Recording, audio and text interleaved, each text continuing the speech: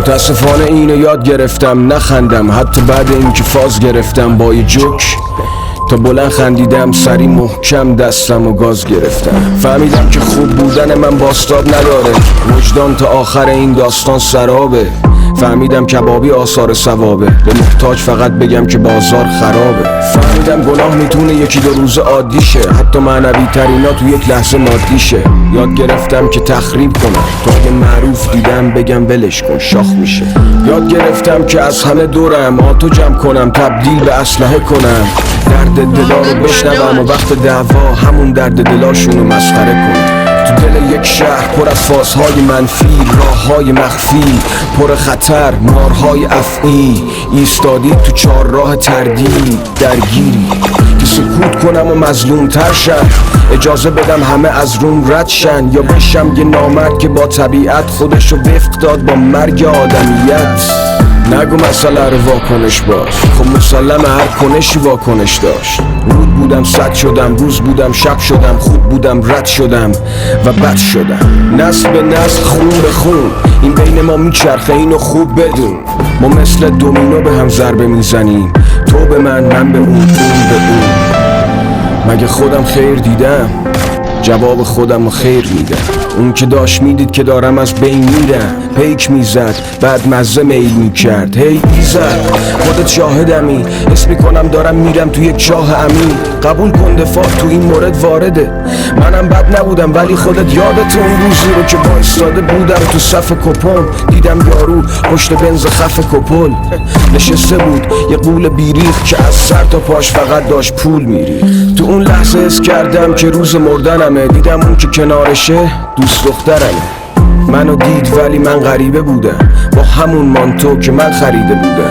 این همه تو عشق دادی اونم پاداشت، رفت با همونی که آویزون از باباشه. یه اعتصاب نهار، یه اعتراض مامان، یعنی بنز دم دره، یه پاپیونم بالاش. لفظ میاد که روش حساب کنن، میگه میخوام به انبال پدر اضاف کنن. خیلی خود ساخته است، همون بنزم از باباش خرید از دم قسط ماه 1000 تومن. ولی من قرض کردم تو برات خرج کردم، من کف خیابون رو برات فرش کردم، من واسه یه داشتن تو نذر کردم، من تو رو یه فرشته فرض کردم. من با تنهایی، تو با تنهایی که تو رو ولت میکنن تو اوج تنهایی.